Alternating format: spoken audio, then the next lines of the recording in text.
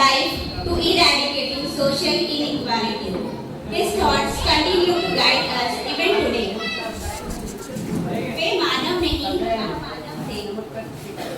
वे मानव नहीं महामानव थे जिसने नस्ल भेद का अंत किया, बना संविधान जिसने भारत का इतिहास रचा, भारत का इतिहास रचा। And all your praise for Maharashtra गीत।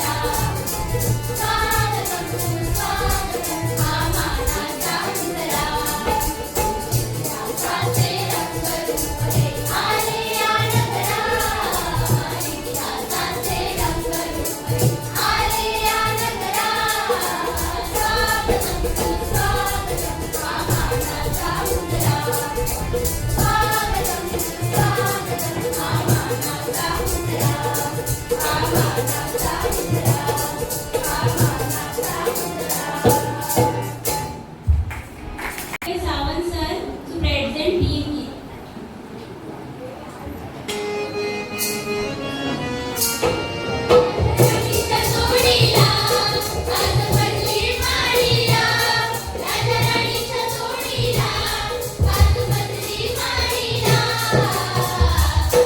आहे कोणाचं योगदान लाल दिव्याच्या गाडीला, आहे कोणाचं योगदान लाल दिव्याच्या गाडीला. राजा राणीच्या जोडीला आज बदली माडीला, राजा राणीच्या जोडीला आज बदली माडीला. आहे कोणाचं योगदान लाल दिव्याच्या गाडीला, आहे कोणाचं योगदान लाल दिव्याच्या गाडीला.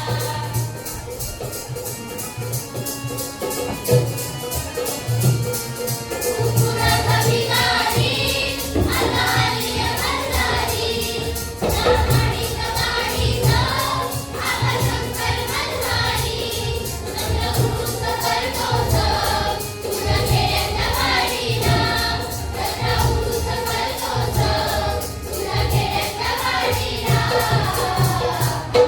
आहे कोणाचं योगदान लाल दिव्याच्या गाडीला, आहे कोणाचं योगदान लाल दिव्याच्या गाडीला.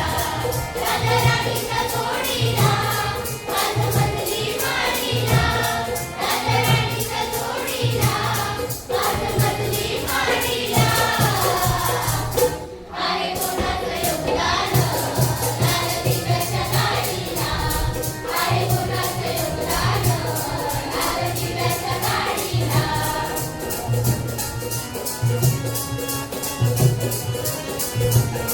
पंचपक्वान्न खाणाऱ्या कधी तोंडात जय भीम, शिरमुकुटं घालला त्याला करतोय सलाम.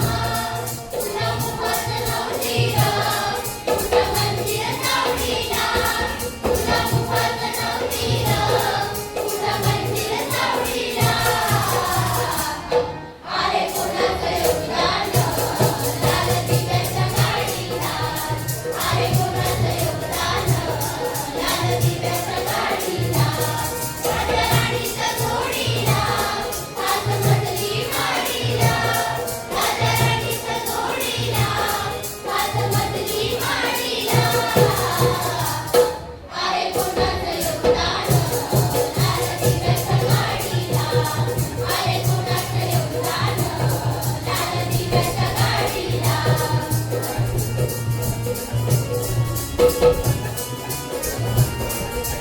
साहेब झालास बापाला विसरलास, तुझ्यासाठी स्वतःच विधाडस. असं महाग तू वेड्या तुझ्या पिढीला काढीला, असं महाग तू वेड्या तुझ्या पिढीला काढीला. आहे कोणाचं योगदान लाल दिव्याच्या गाडीला, आहे कोणाचं योगदान लाल दिव्याच्या गाडीला. राजा राणीच्या जोडीला आज बदली माडीला, राजा राणीच्या जोडीला आज बदली माडीला.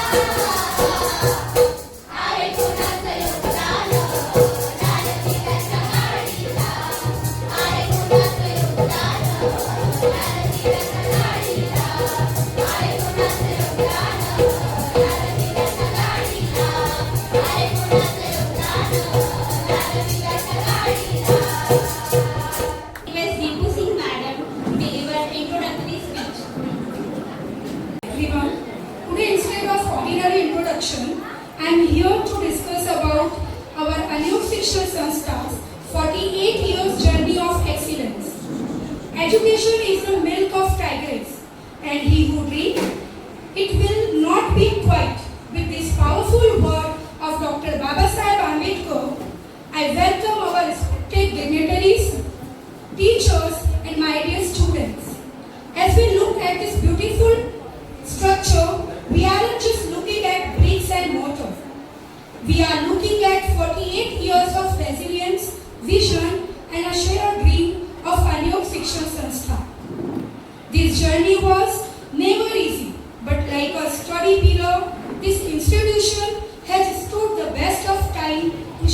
future of thousands of students, we also stand in the light of a great visionary, Dr. Babasaheb Ambedkar, whose birth anniversary we honor today. Babasaheb once said, "Cultivation of mind should be the ultimate aim of human existence." And for nearly 5 decades, that has been heartbeat of Anyog. Honoring our root, our foundation was built on the generosity of soul like V.L. Nayak sir, who gifted this land for a noble cause, and the unwavering support of our former Education Minister Sadanand Vardhe sir. We remember with the gratitude the effort of our pioneer Pisal sir and the entire Anyog Parivar. Our chairman Dabolkar sir did more than just design this building.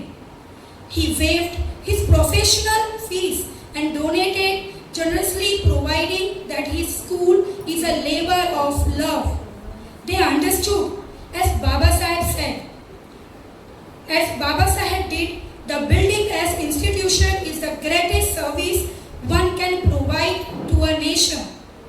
We are an institution led by the best. It is a matter of immense pride that our very own Chindakar sir was honored with the National Award for a Best Teacher by President Dr. Shankar Dayal Sharma in 1992. That tradition continues with our teachers receiving state and mayor award across Mumbai and beyond. Our mantle is full of honor that reflect our commitment to Dr. Babasaheb Ambedkar's idol. We have humbled to receive the Sahu Phule Ambedkar Award in 2019, carrying a prize of rupees 7.5 lakhs, Vanashri Award and Green Society Award for environmental efforts, British Council International School Award 2016-2019, multiple other school and outstanding school titles from various foundations and government bodies. Our students continue to shine. This academic year alone, our school secured numerous prizes at the H-Word Science Exhibition. Our institution, along with its dedicated students and teachers, has won many prizes awards across the various fields. We have been honored as the best school multiple times in the H-Word, spanning from Bandra to Delhi. Babasaheb was a man of a book. Babasaheb was a man of a book, a symbol of knowledge. Similarly, Anyog is not just about the textbook. Through the Anyog Prakashan, we have published more than 40 books under the roof of Anyog Prakashan, cultivating a love for literature in young mind. Babasaheb mantra was educate, agitate, organize. We see the educate part coming to the life every day. This year, our success at the H-Word Science Exhibition and the 26 years of legacy of Balkumar Sahitya Sammelan prove that our students aren't just reading the books, they are leading the movement. Just Ratnakar Matkari sir has proved, and the Babasaheb would have wanted.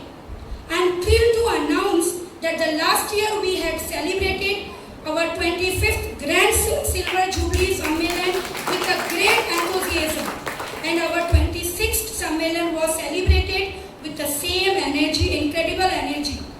This student-led the leadership is exactly the kind of empowerment of Dr. Babasaheb Ambedkar envisioned to the youth of the India.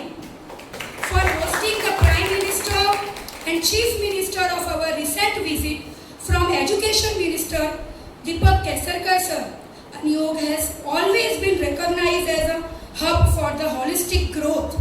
Through our partnership with the NGOs like Rotary and the Salam Bombay, we ensure our students are not just the exam ready, but the life ready, grounded in the values, environmental consciousness and the vocational skill.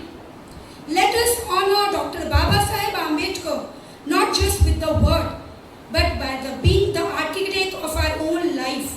As he said, life should be great rather than long. To the student, you are the seed we plant today.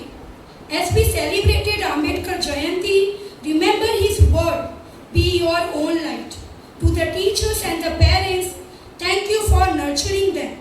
Together, let us continue this glorious journey of excellence. In the end, I just want to share 4 lines for our success. वक्त से लड़कर जो नसीब बदल दे, वक्त से लड़कर जो नसीब बदल दे, इंसान वही जो अपनी तकदीर बदल दे. कल क्या होगा कभी मत सोचो, कल क्या होगा कभी मत सोचो, क्या पता कल वक्त खुद अपनी तस्वीर बदल दे, कल वक्त खुद अपनी तस्वीर बदल दे. Thank you everyone. Thank you, madam. Now I would like to request Mrs. Nisha madam to welcome our today's dignitaries.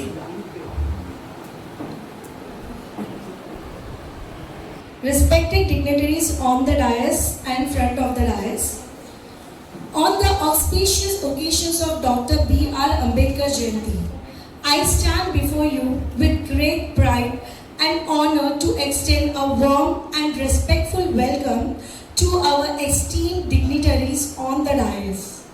Today we gathered to remember and celebrate the birth anniversary of Baba Saheb Ambedkar, a great leader, social reformer and the architect of the Indian Constitution. His life teaches us the value of equality, education and justice. With this, I would like to quote a few lines on Dr. Baba Saheb Ambedkar. इंसानों को गुलाम बनाकर हजारों बादशाह बने हैं, इंसानों को गुलाम बनाकर हजारों बादशाह बने हैं, लेकिन गुलाम को इंसान बनाकर सब एक ही बादशाह बने हैं, लेकिन गुलामों को इंसान बनाकर सिर्फ एक ही बादशाह बने हैं, और वो है doctor Bhimrao Ramji Ambedkar.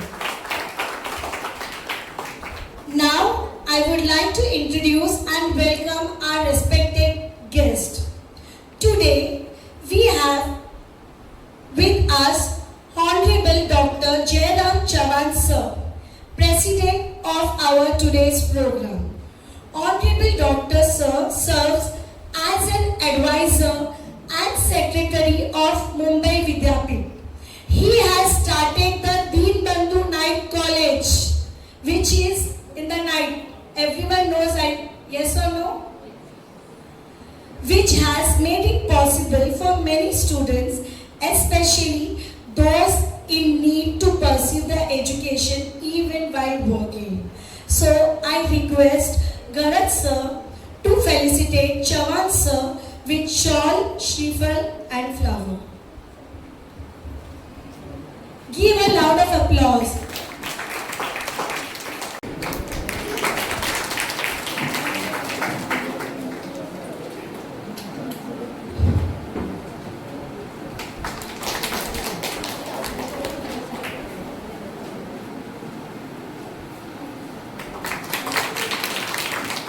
Give a round of applause, my dear teachers and students.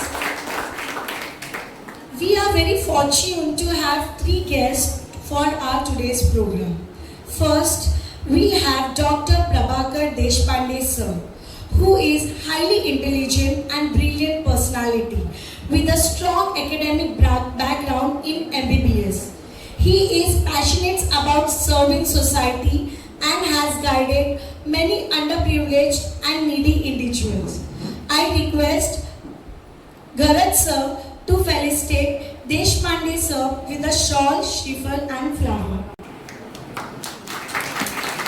Give a round of applause.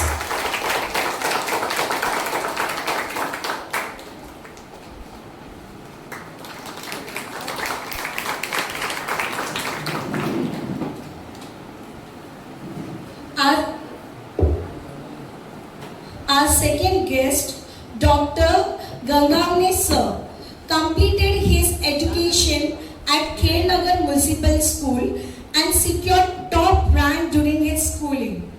He has a strong desire to work for society. His respect for teachers greatly and run a business of selling books and notebooks. So I request Karvande sir to felicitate Gangane sir with shawl, shriphal and flower. A lot of applause. Yes, children. Yes, my dear teachers.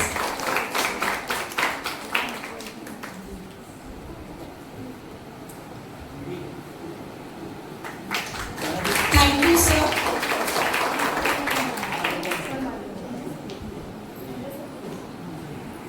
Mr. Honorable Rajiv Shrikande sir. He is a renowned literacy features as well as professional civil engineer.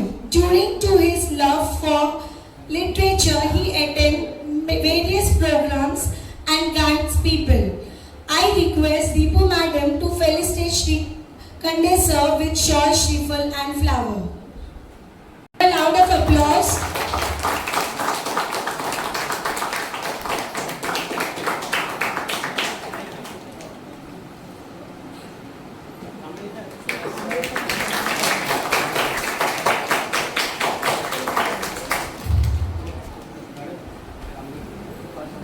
Thank you, Miss. Of flower. Please, teachers, yes, be clapping. Very nice, very enthusiastic.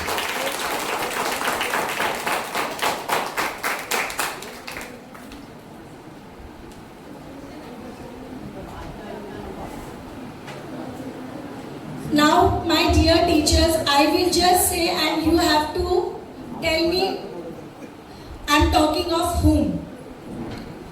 He is an esteemed founder of Anyog Shikshan Sanstha. He has received a national award for his extant teaching. He is also well-known author and poet. Under his guidance, and our institution has achieved great success. He has served as a president of the Mumbai Principal Association and is currently an advisor. So can you all tell me whom I am talking about? Yes, Chindarkar sir.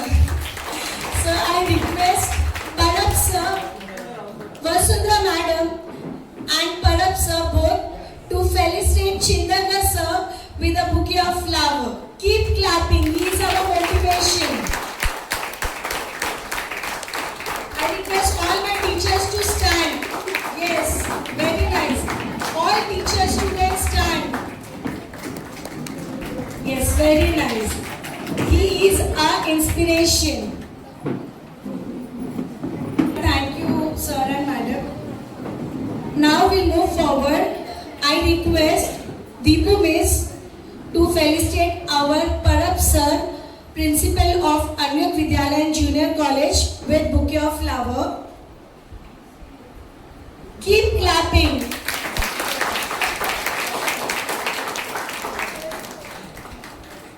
I request Parab sir to felicitate Deepu Miss with bouquet of flower. I request Kamli sir to please come on stage. I request Parab sir to felicitate Kamli sir. He has been retired, but then too he is so enthusiastic. Thank you so much. Sir, your presence is very honored. I request Parab sir to felicitate Karvande sir with bouquet of flower. I request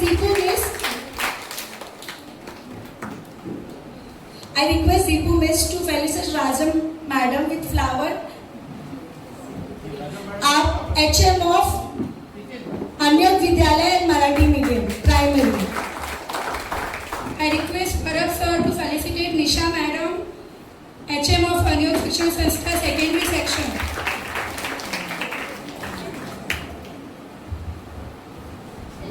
I request Deepu Miss to felicitate Vasundhara Miss, supervisor of English medium. I request Deepu Miss to felicitate Karvande sir. Let us celebrate this day and inspire inspirations from Baba Sahib's life and value. In the end, I would just like to conclude with a short poem. He lit path with wisdom bright. He lit the path with wisdom bright, turned darkness into hopeful light. For equality he raised his voice and gave the oppressed a stronger choice. He taught us strength through every fall, to rise with courage standing tall. His dreams still guide both great and small. Dr. Ambedkar inspired us all. Dr. Ambedkar inspires us all. Jai Bhim, Jai Bharat. Thank you. Madam, now I would like to call Kamble sir for Buddha Vandana. Buddham namami Dhammam namami Sangham namami Namo tassa bhagavato arahato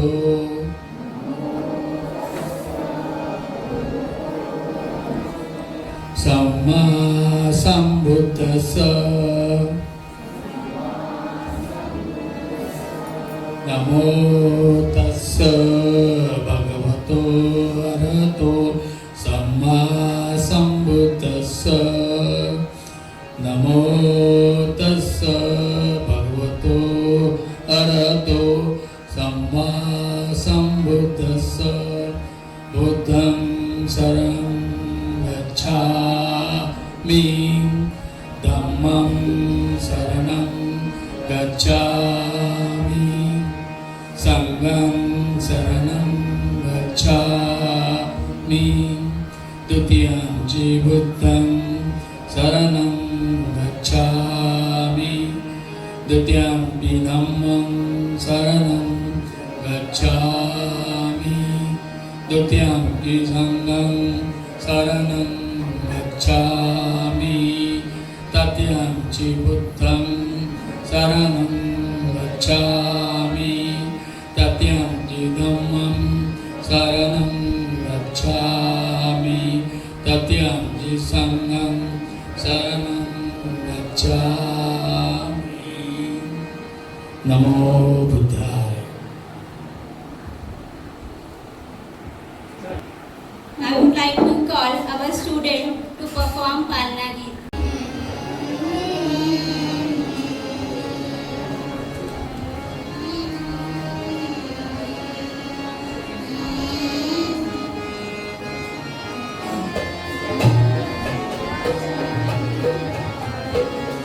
Namaste, Namaste,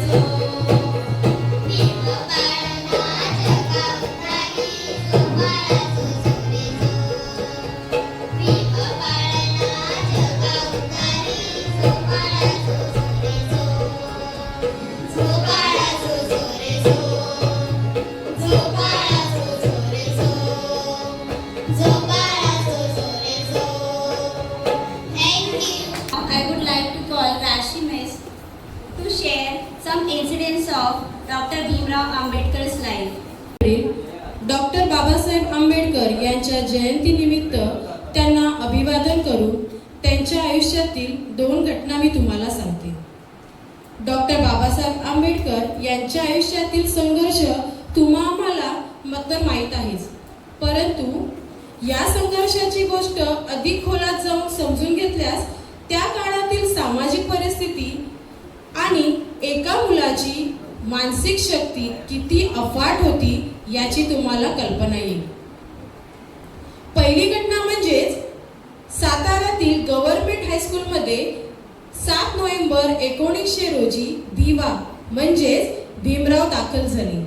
शाळेत असताना त्यांना इतर मुलांप्रमाणे स्वातंत्र्य नव्हते. शाळेच्या इमारतीत पाऊल ठेवताच त्यांना त्यांच्या जातीची जाणीव केली जाईल. सर्व मुलं बाकावर बसत असत, पण भीमरावांना वर्गाच्या दरवाजाबाहेर असलेल्या ओट्यावर बसावे लागत होते. हे पोते फक्त बसण्याचे साधन नव्हते, तर त्या काळातील विषमतेचे प्रतीक होते. ज्या दिवशी ही घटना घडली त्या दिवशी सातारा जिल्ह्यात पावसाचा हाहाकार होता. आकाश फाटल्यासारखा पाऊस पडत होता. रस्ते कच्चे असल्यामुळे लाल मातीचा चिखल झाला होता. भीमरावांच्या घरात गरिबी होती, त्यामुळे त्यांच्याकडे छत्री किंवा रेनकोट असण्याचा प्रश्नच नव्हता. त्यांच्या आईचे छत्र हरवले होते आणि वडील रामजी सुभेदार कामावर होते. घरातून निघताना भीमरावांनी अंगावर एक जुने जाडे भरडे कापड घेतले. पाऊस इतका होता की चालताना डोळे उघडणेही कठीण होते. वाटेत अनेकदा पाय घसरून ते चिखलात पडले. त्यांचे कपडे चिखलाने मागले, पण मनात मात्र एकच विचार होता, आजचा धडा चुकता कामा नये. जेव्हा भीमराव शाळेत पोहोचले तेव्हा त्यांचे पूर्ण शरीर थंडीने थरथरत होते. ओल्या कपड्यांमुळे त्यांना अधिकच थंडी वाजत होती. मुले जी शाळेजवळ राहत होती ती आली होती, पण कोरड्या कपड्यात मात्र स्वर्गात सुरक्षित बसली होती. भीमराव नेहमीप्रमाणे वर्गाबाहेरच्या ओट्यावर आले. तेथून पावसाचे पाणी वाऱ्याबरोबर त्यांच्या अंगावर येत होते, तरीही ते तिथेच बसले. त्या दिवशी एका शिक्षकाने त्यांना पाहिले आणि आश्चर्याने विचारले, अरे भिवा, एवढ्या पावसात कशाला आलास? आज तर आम्ही फक्त गप्पा मारणार आहोत, काही शिकवणार नाही. शिक्षकांच्या त्या प्रश्नावर लहानग्या भीमरावाने जे उत्तर दिले ते आजही जगासाठी प्रेरणादायी आहे. ते म्हणजे, गुरुजी, आज शाळा भरेल की नाही हे मला माहित नव्हते, पण मला माहित आहे की जर मी आज घरी बसलो असतो तर मी कष्टाला घाबरलो असतो. मला शिक्षणाने मोठे व्हायचे आहे, कारण माझे वडील म्हणतात, शिक्षण हे वाघिणीचे दूध आहे. मग मी या पावसाला का घाबरू? त्यांच्या या उत्तराने तिथे उपस्थित असलेले शिक्षकही निरुत्तर झाले. त्यांना जाणवले, ज्या मुलाला आपण बाहेर बसवतो त्याच्या ज्ञानाची ज्योत आपल्या सर्वांपेक्षा जास्त प्रज्वलित आहे. हा केवळ एक पावसाचा दिवस नव्हता. या घटनेने भीमरावांना शिकवले की पावसासारखी अनेक संकटे आणि अस्पृश्यतेसारखी अनेक सामाजिक संकटे या दोन्हींवरही मात करण्याचा एकमेव मार्ग म्हणजे ज्ञान होय. पुढे या जिद्दीच्या जोरावर त्यांनी कोलंबिया विद्यापीठ आणि लंडन स्कूल ऑफ इकॉनॉमिक्स मध्ये 18 तास अभ्यास करून उच्च पदव्या मिळाल्या. त्यांनी चिखलात पडलेला आपला पाय मागे घेतला नाही, म्हणूनच आज करोडो लोक सन्मानाने आपण उभे राहू शकत आहोत. जिद्दीने शिकून त्यांनी फक्त 1 नाही, 2 नाही, तर तुम्ही स्क्रीनवर पाहत असलेल्या तब्बल 32 डिग्री संपन्न केल्या. परंतु तरीही त्यांच्यातील शिकण्याची भावना ही शांत बसली नाही. सन 1950 चा काळ होता. आता मी तुम्हाला दुसरी घटना सांगते. सन 1950 चा काळ होता. भारताचे संविधान पूर्ण लिहून झाले होते. बाबासाहेब स्वतंत्र भारताचे पहिले कायदेमंत्री म्हणून अहोरात्र काम करत होते. परंतु वयोमानाप्रमाणे प्रकृती काही साथ देत नव्हती. मधुमेहाचा त्रास वाढला होता आणि पायांनाही सूज येत असे. अशा शारीरिक व्याधींनी घेरलेले असतानाही त्यांचे मन मात्र काहीतरी नवीन शिकण्यासाठी आसुसलेले होते. त्यांना वेस्टर्न क्लासिकल म्युझिक खूप आवडायचे. एके दिवशी त्यांनी ठरवले, आता मात्र आपण व्हायोलिन शिकायचे आणि वयाच्या 60व्या वर्षी संगीताची साधना सुरू केली. त्यांनी व्हायोलिन शिकवण्यासाठी प्रताप सिंग नावाच्या एका संगीत शिक्षकाला पाचारण केले. तेव्हा ते शिक्षक बाबासाहेबांच्या निवासस्थानी पोहोचले. तेव्हा त्यांना वाटले, एवढा मोठा विद्वान माणूस जो जगातील सर्व काही ते जाणतो, मी त्यांना संगीताचे प्राथमिक धडे कसे देणार? शिक्षकाला संकोच वाटत होता की बाबासाहेबांकडे सरावासाठी वेळ असेल का. पहिल्या दिवशी शिक्षकांनी त्यांना व्हायोलिन कसे पकडायचे आणि त्याचे भोग कसे चालवायचे हे शिकवले. बाबासाहेबांनी एखाद्या लहान मुलासारखे कुतूहलाने ते सर्व समजून घेतले. शिक्षकांनी त्यांना काही बेसिक नोट्स दिल्या आणि सांगितले, साहेब याचा तुम्ही आठवडाभर सराव करा आणि मग याच्यानंतर आपण पुढील शिकू. तेव्हा शिक्षक पुढच्या आठवड्यात आले तेव्हा त्यांना जे दिसले ते थक्क करणारे होते. बाबासाहेबांनी केवळ त्या नोट्स पाठ केल्या नव्हत्या तर त्या अतिशय लीलया वाजवून दाखवल्या. शिक्षकाला वाटले, कदाचित बाबासाहेबांनी आधी कधीतरी सराव केला असावा. त्यांनी विचारले, डॉक्टर हे इतक्या लवकर कसे शक्य झाले? अहो यासाठी कित्येक महिने लागतात. तेव्हा बाबासाहेबांचे पीए यांनी सांगितले, साहेब रात्री 2-3 वाजेपर्यंत व्हायोलिनचा सराव करत होते. कामाच्या फाईल्स वाचून डोळे थकले की ते व्हायोलिन हातात घेत आणि तासनतास सुरांचा सराव करत. बाबासाहेबांचे मत होते, केवळ बौद्धिक विकास हा पुरेसा नाही तर माणसाचे मन कलेनेही समृद्ध असायला हवे. जेव्हा ते व्हायोलिन वाजवत असत तेव्हा त्यांच्या चेहऱ्यावरचे गांभीर्य मावळून एक वेगळेच समाधान असायचे. ते म्हणायचे, संगीत हे मनाला शांत करते आणि पुन्हा नव्याने काम करण्याची नवी ऊर्जा देते. हा किस्सा आपल्याला सांगतो की बाबासाहेब हे केवळ कायदेतज्ञ किंवा अर्थशास्त्रज्ञ नव्हते तर ते एक पूर्ण माणूस होते. वयाच्या ज्या टप्प्यावर लोक निवृत्तीचा विचार करतात त्या वयात त्यांनी एक अवघड वाद्य शिकण्याचे आवाहन पेलले.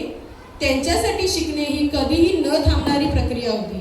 अशा या क्रांतीसूर्य, विश्वरत्न, बोधिसत्व, भारतरत्न, भारतीय राज्यघटनेचे शिल्पकार डॉक्टर बाबासाहेब आंबेडकर यांच्या समोर नतमस्तक होऊन मी विनम्र अभिवादन करते. धन्यवाद. Hashim is very true. Dr. Babasaheb Ambedkar taught us that education is the most powerful weapon to change society.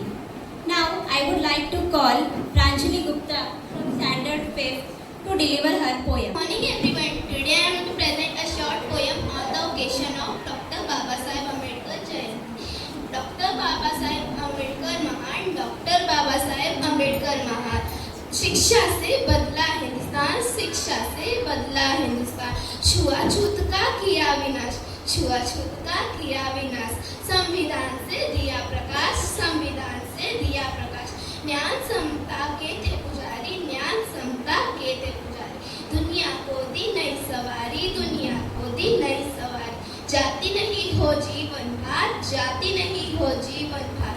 सबको मिले अधिकार अपार, सबको मिले अधिकार अपार. संघर्षों से रहा बनाई, संघर्षों से रहा बनाई. दुनिया ने फिर शान बढ़ाई, दुनिया ने फिर शान बढ़ाई. Thank you. Very nice, Pranjali. Without equality, I say there cannot be liberty. Now, I would like to call Shruti Rani teacher to deliver her speech on this occasion. Respected dignitaries on the dais and off the dais, respected principals, teachers and my dear students.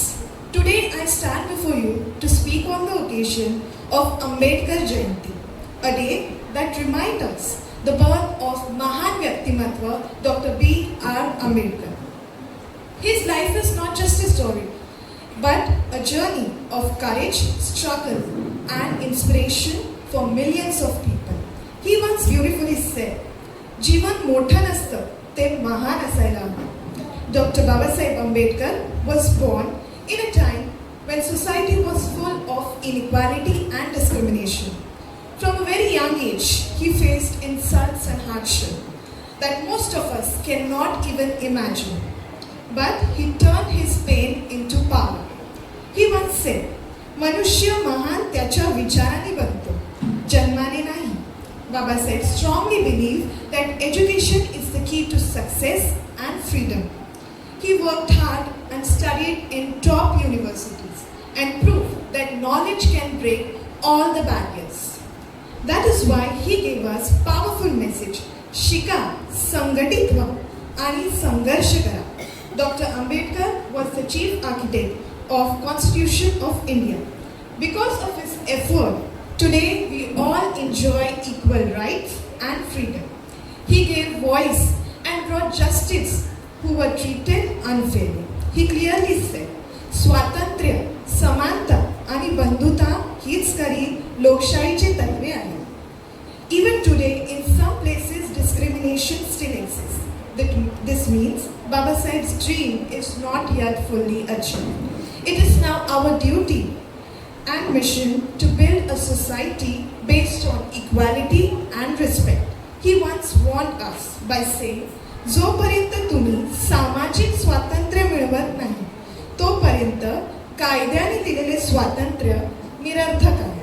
On this important day, let us not just remember Babasaheb. Let us respect everyone, help the needy, never stop learning and growing. As rightly he said, ज्ञानाशिवाय माणूस अंध आहे. I would like to end up my speech with few simple lines. शिकूया, पुढे जाऊया, शिकूया, पुढे जाऊया, सर्वांना समान मानूया, बाबासाहेबांचे स्वप्न पूर्ण करूया, बाबासाहेबांचे स्वप्न पूर्ण करूया. Teacher, now I would like to call Divisha from Standard 6 to deliver her poem. My name is Divisha Sunil Savi. I am studying in 6th A class. I am going to present a short poem on Dr. Babasaheb Ambedkar. स्वतःला इतरांसमोर सिद्ध करण्याची मला मुभा आहे, कारण बाबासाहेब तुमच्यामुळेच आज मी स्वाभिमानाने उभी आहे. आज मी स्वाभिमानाने उभी आहे.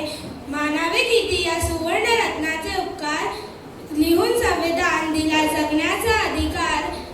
कुणाच्या मुखी भीमा तर कुणाच्या मुखी बाबा, कुणाच्या मुखी भीमा तर कुणाच्या मुखी बाबा. अशा या विद्यापतीचा आजही आहे सर्वांवर ताबा, आजही आहे सर्वांवर ताबा. होता सिंहासारखा बाप आमचा, नव्हती त्याला कोणाची भीती. होता सिंहासारखा बाप आमचा, नव्हती त्याला कोणाची भीती. लोटून गेले वर्षानुवर्ष जरी, आजही बोलावती त्या चैतन्य भूमीची माती, आजही बोलावती त्या चैतन्य भूमीची माती. दीन दलितांसाठी लढून बहुजनांचे उद्गारक बनले, दीन दलितांसाठी लढून बहुजनांचे उद्गारक बनले. देवनी मान जगण्याचा त्यांना सर्वांच्या मनामनात रुजले, सर्वांच्या मनामनात रुजले. Thank you. Thank you, Divisha. Now I would like to call Manashri Rane from Standard 6 to deliver her own poem. माझे नाव मनश्री राणे. मी इयत्ता 8वी अ मध्ये शिकत आहे. मी तुमच्यासमोर माझी एक छोटीशी स्वरचित कविता सादर करणार आहे. ती तुम्ही शांतपूर्वक ऐकावी अशी मी विनंती करते आणि माझ्या कवितेस सुरुवात करते. दलितांचा आधार होते ते, सर्वांना समान न्याय देऊन गेले. दलितांचा आधार होते ते, सर्वांना समान न्याय देऊन गेले. लेखणीने दाखवली त्यांनी कमाल, भारताचे संविधान लिहून गेले. पुस्तक होते त्यांचे मित्र, शिक्षणाच्या जोरावर जग बदलून गेले. पुस्तक होते त्यांचे मित्र, शिक्षणाच्या जोरावर जग बदलून गेले. सोसले त्यांनी कष्ट, प्रत्येकाच्या जीवनाचा एक भाग बनून गेले. रमाबाईच्या साथीने टाकले त्यांनी पुढे पाऊल, रमाबाईच्या साथीने टाकले त्यांनी पुढे पाऊल. जिंकून साऱ्यांचे मन, झाले आपल्या भारताचे कोहिनूर, झाले आपल्या भारताचे Kohinoor. Thank you. Thank you, Manashri. Up next, we have a role play performance by Yuraj Rale. महानवीर भीमाची 14 एप्रिल जयंती, महानवीर भीमाची, ज्याने दिली भारताला भेट संविधानाची, भेट संविधानाची. भारताचे संविधान लिहिणाऱ्या भीमराव रामजी आंबेडकरांना माझा कोटी कोटी प्रणाम. नमस्कार, मी युवराज शंकर राळे आज तुमच्या समोर डॉक्टर बाबासाहेब आंबेडकर यांची भूमिका सादर करणार आहे. कधी हरलो नाही, कधी रडलो नाही, कधी हरलो नाही, कधी रडलो नाही, मी भीमराव शिक्षणाच्या जोरावर आयुष्यात कधीच पडलो नाही. आयुष्य म्हणजे संघर्ष, संघर्ष आणि फक्त संघर्ष. मित्रांनो, आज मी तुम्हाला सांगणार आहे की कितीही संघर्षांना सामोरे जावे लागले तरी हारायचे नाही. आणि मी आज तुम्हाला माझ्या जीवनात मी संघर्षाशी कसा लढलो ते सांगणार आहे. माझे वडील त्यांनी मला एक पुस्तक दिले व म्हणाले, लढण्यासाठी कधी हत्याराचा वापर करू नकोस, या पुस्तकालाच तुझे हत्यार बनव. म्हणून मी शिक्षणाचा ध्यास घेतला. पण शाळेत मला मुलांपासून लांब बसवण्यात आले. का तर मी महार अस्पृश्य जातीचा मुलगा. मला पाणी पिण्यासाठी सक्त मनाई होती, कारण जर नळाला हात लावला तर नळ अस्पृश्य. मला पाणी पिण्यासाठी भांड्याने भरून पाणी दिले जायचे, कारण जर भांड्याला हात लावला तर भांड अस्पृश्य. खूप वाईट वाटायचे मला. हे तर काहीच नाही. 1923 मध्ये मुंबई विधानसभेने एक प्रस्ताव केला की कोणताही अस्पृश्य कोणत्याही सार्वजनिक पाण्याच्या ठिकाणावरून पाणी पिऊ शकतो. म्हणून मी माझ्या बांधवांना घेऊन 1920 मार्चला 14 तळावर गेलो आणि तिथे मी माझ्या स्वतःच्या हाताने पाणी पियालो. खूप आनंद झाला मला. पण ही बातमी जेव्हा उच्च दर्जाच्या लोकांना कळाली तेव्हा त्यांनी आमच्यावर हल्ला केला. खूप त्रास झाला आम्हाला. मित्रांनो, मी तुम्हाला विनंती करतो, 2 मिनिटं तुम्ही तुमचे डोळे बंद करा आणि विचार करा. फक्त पाणी पिण्यासाठी जर तुम्हाला कोणी मारले तर तुम्हाला ते सहन होईल का? नाही ना, तर आम्हाला किती सहन झाले असेल. आणि त्याच दिवशी मी ठरवले की मी ही व्यवस्था बदलून टाकेन. एके दिवशी भारताचे संविधान बनवण्याची वेळ आली. तेव्हा जवाहरलाल नेहरू व सरदार वल्लभभाई पटेल यांनी देशातील मोठमोठ्या संविधान एक्सपर्ट्सला बोलवण्याचे ठरवले. तेव्हा गांधीजी नेहरूजी व सरदार वल्लभभाई पटेल यांना म्हणाले, अंबेडकर जैसे विद्वान के होते हुए हमें किसी और को बुलाने की क्या जरूरत. मित्रांनो, तुम्ही मला भारत निर्माता, संविधान निर्माता व भारतरत्न यासारखे अनमोल पुरस्कार दिले. यासाठी मी तुमचा खूप खूप आभारी आहे. जाता जाता एवढं सांगेन, शिका आणि मोठे व्हा, कारण शिक्षण हेच वाघिणीचे दूध आहे आणि जो कोणी हे प्राशन करेल तो गुरगुरल्याशिवाय राहणार नाही. धन्यवाद. Thank you so much. Now I request our today's chief guest to address Sir Deshpande sir to address the gathering with their valuable thoughts. मला आज खूप आनंद होतोय. पहिलं म्हणजे आज मला माझ्या लहानपणीची शाळा आठवली. आंबेडकर ज्या गावात शाळेत होते त्या गावात साताऱ्याला मी पण शाळेत होतो. तिथे 9 नंबरची देवीची शाळा म्हणून होती. ती शाळा मी धर्मशाळेतली होती. मातीच्या भिंती, बसायला बसकरं आणि वर्गामध्ये 5-7 मुली आणि 5-7 मुलगे. अगदी साधी शाळा होती. ती इथून मी सुरुवात केली. पुढे मग माझ्या वडिलांच्या बदल्या होत असत, कारण ते डॉक्टर होते. ते कुठल्याही गावाला मी 3 किंवा 4 वर्षापेक्षा अधिक राहिलो नाही. आणि त्यांची बदली ज्या वेळेला कर्नाटकात झाली त्यावेळेला मला शाळाच नव्हती. मी 7:45 वर्षाचा होईपर्यंत शाळा नसणारा अत्यंत भाग्यवान लहानपण मिळालेला मुलगा आहे. आणि मुख्य म्हणजे त्यावेळेला KGB असल्या कल्पना काही नव्हत्या तिथे आपल्या समाजामध्ये. जे काय थोडंसं सहज पुढे गाण्यातनं घरातल्या काही कार्यक्रमाने मुलांचं जे मनावरचे संस्कार होत असत तेच. आता माझं डॉक्टरचं घर होतं, पण घरामध्ये पुस्तकं म्हणा बाकी सगळ्या प्रकारचं वातावरण छानच होतं. पण माझ्या आईने किंवा वडिलांनी मला कधी 1, 2, 3, 4, 1, 2, 3, 4 आई बाराखड्या म्हणून काही लकडे माझ्या मागे लावलेले.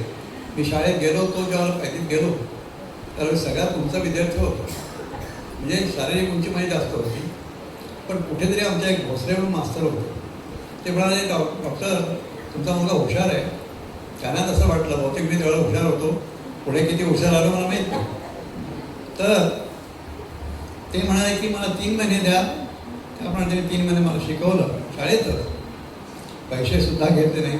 त्या शिक्षकाला मी कधीही विसरलो नाही. आज बोलताना सुद्धा मला दाखवून येतो. तर आज पहिली, उद्या 2री आणि परवा 3री अशा 3 इयत्ता करून मी एकदम 4थीत गेलो. तो तोपर्यंत माझी मोठी बहीण 4थीत पोहोचली होती. त्यामुळे वर्गाला मॉनिटर होता की नाही आठवत नाही, पण माझी बहीण मॉनिटर होती माझ्या. मला सांगायचं असं आहे की मी खेड्यातला मुलगा आहे. मुंबई ही MBBS झाल्यानंतर माझ्या राहायला आलो. मी खेड्यामध्ये सुद्धा ज्या वेळेला माझे वडील, कारण ते रिटायरमेंट नंतर 35 वर्ष अलिबागपासून 15 किलोमीटर रेवदंडा या गावी दवाखाना त्यांचा होता. ते माझे काही नातेवाईक अमेरिकेमध्ये होते, त्यावेळेला ते अमेरिकेत गेले. माझी आई, ते त्यांचे मोठे बंधू, त्यांची माझी काकी. त्यावेळेला त्यांचं काम मी बघत असे. मला राजकारण कळत नाही, मंत्र्यांनी काय करावं सांगण्यात पण मला अक्कल नाही, परंतु मी हे प्रत्यक्ष बघितलं त्यावरून मी फक्त माझे अंदाज बांधतो. मी ज्यावेळेला कोळीवाड्यामध्ये बाळंतपण करायला गेलो त्यावेळेला नाळ कापायच्या वेळेला मी माझ्याबरोबरचा जो मनुष्य होता आमचा कंपाऊंडर, त्याला म्हटलं, अरे नाही, डबा द्या. त्या डब्यामध्ये सगळं स्टरिलाइज, धागे, कातर सगळं असतं, चाकू असतो. त्यावेळेला त्या मुलीची आई किंवा सासूबाई जी कोण होती म्हणाली, काय पाहिजे डॉक्टर तुम्हाला? तिने माझ्यासमोर एका मोठी परात ठेवली. मला बघायला म्हटलं, काय कोळी श्रीमंत आहे ना, सोन्याची परात मुलीसाठी किंवा सोन्यासाठी कोणासाठी? पहिलं बाळ घरात जन्मात आहे. पण त्या परातीची कडा होती ती मला खूप शार्प वाटली, म्हणून मी हा बोट करून बघितलं. नशिबाने बोट जास्त सुरुवात फिरवलं नाही तर पहिलं बँडेज मला बांधायला लागलं. तर मी त्यांना माझं सांगितलं की हे काढा इथून, तुमच्या घरातले कुठले वरती घेता त्या ओढण्या असतील, चादरी असतील, त्या आणून खाली पसरा. आणि आम्हाला कॉलेजमध्ये शिकताना बाळंतपण करायला शिकवतात. ते जन्मलेलं बाळ अतिशय काय म्हणतात त्याला, हातात धरलं तर निघून जाईल, इतकं सुळसुळीत असतं. पण ते कसं धरायचं कसं आम्हाला शिकवलेलं असतं. मी का नाही धरलं ते. पण पहिलं म्हटलं तुम्ही पाणी घाला, मी ते बाहेर धुतो. हे करायच्या आधी नाळ कापायला म्हणून तो मी डबा मागवला. त्या ताईने मला सांगितलं, डबा करायचं म्हणून तुम्ही कोयता देते. घरात ज्या कोयत्याने मासे कापत होती तो कोयता दिला. आणि सांगायला वाईट वाटतं, डोळ्यात पाणी येतं माझ्या. लाडकी बहीण, त्या बहिणीचं कधी लग्न होईल, ती कधी मुलाला जन्म देईल, हे वर बसलेल्या लोकांना कळतच नाही. अजून तीच परिस्थिती आहे. महाराष्ट्राच्या 29 जिल्ह्यामध्ये सुपर स्पेशालिटी हॉस्पिटल काढतो असं आपल्या सरकारने मध्ये जाहीर केलं.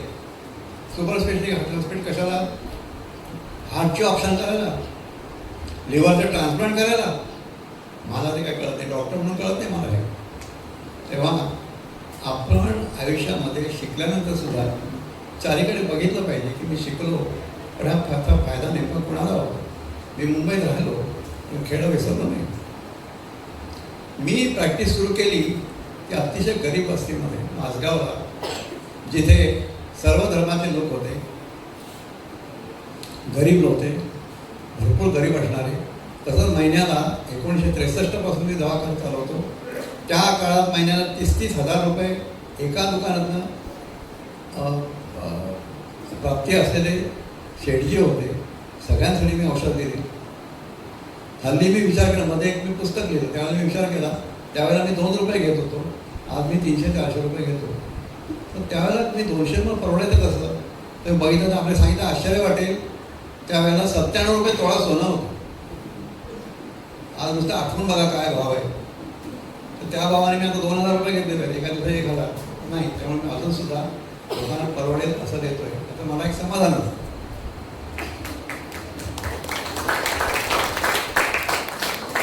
आता मी हा सगळा अनुभव घेतल्यानंतर इंग्लिशमध्ये 4 A4 साईज असं एक पत्र लिहिलं, where is medical aid for all, सर्वांसाठी वैद्यकीय सेवा कुठे आहे, अशा अर्थाचं चक्क नरेंद्र मोदींना पत्र पाठवून दिलं.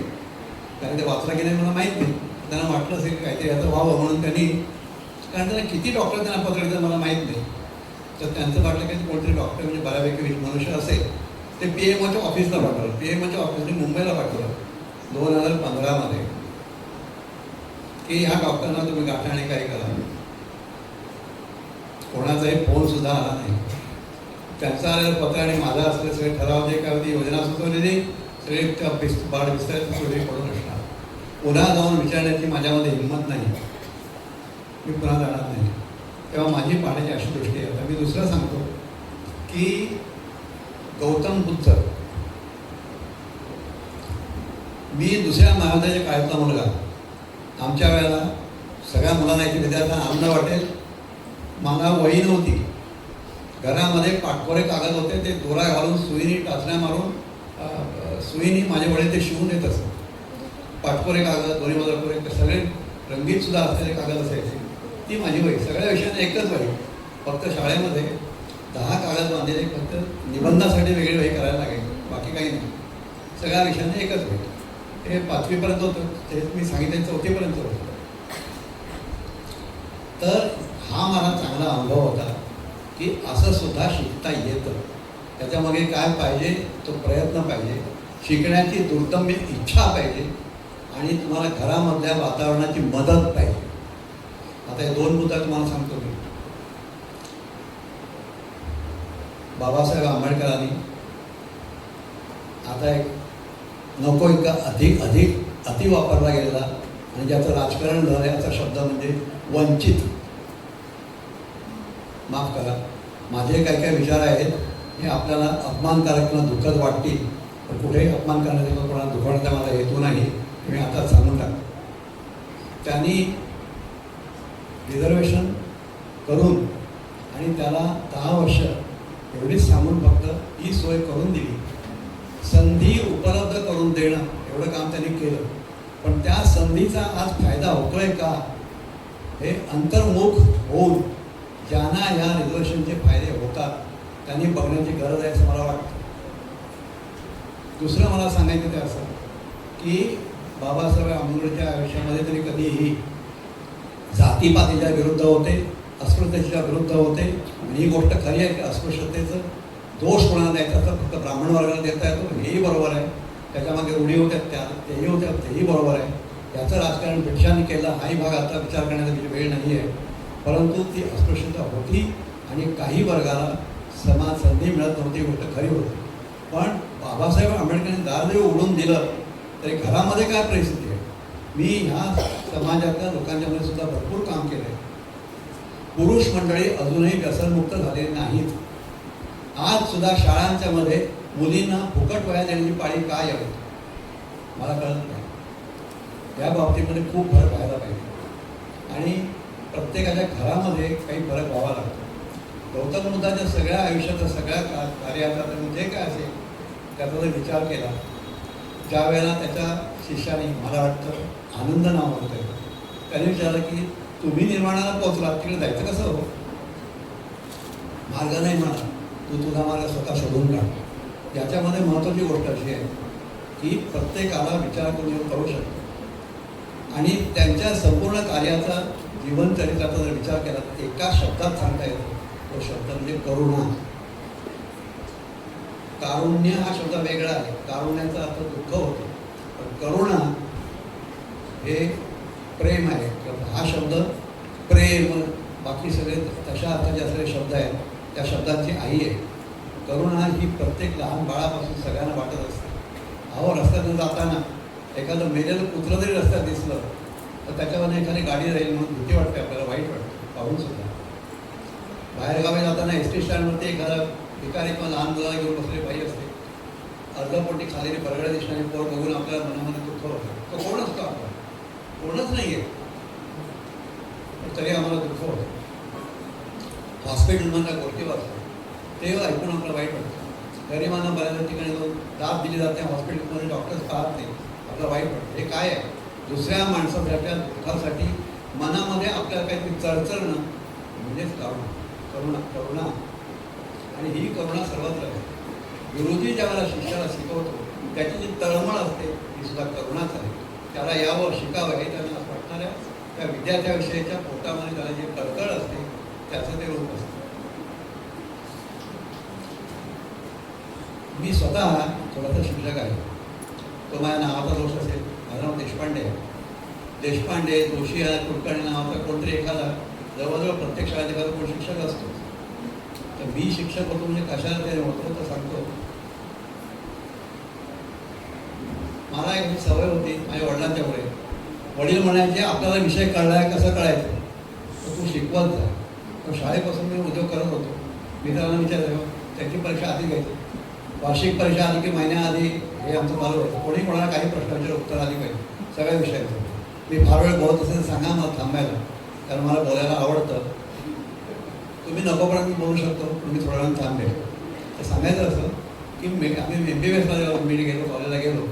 पहिली 1.5 वर्ष आम्ही फक्त प्रेताबरोबर असतो आणि त्यानंतर जिवंत माणसाबरोबर असतो, ते पेशंट्स असतात. 1.5 वर्षापैकी 6 महिन्याची टर्म असते. 3ऱ्या टर्मला मी पहिल्या टर्मला आलेल्या मुलांना शिकवतो. हे मी प्रत्यक्ष सतत केलं. आणि मी माझं वय 75 झाल्यानंतर मी माझं पहिलं पुस्तक प्रसिद्ध केलं, स्वास्थ्य सखा. पण मी इतक्या वर्षानंतर सुद्धा पुन्हा मला कोणत्याही मेडिसिनच्या पुस्तकामध्ये परत डोकावून पाहावं लागलं नाही. हे मी माझ्या गर्वाने किंवा स्वाभिमानाने सांगत नाही आहे. मला सांगायचं इतकंच की त्या वेळेला तो जो विषय आम्ही करत असतो तो अत्यंत मन लावून ते करणं हे महत्त्वाचं आहे. आपण स्वतःचीच परीक्षा असतो प्रत्येक बाबतीत. आणि आपल्याला जे काय कळलं असेल आयुष्यामध्ये आणि काय व्हावं चांगलं असं वाटतं ते मुलांच्यापर्यंत पोहोचवणं हे महत्त्वाचं आहे.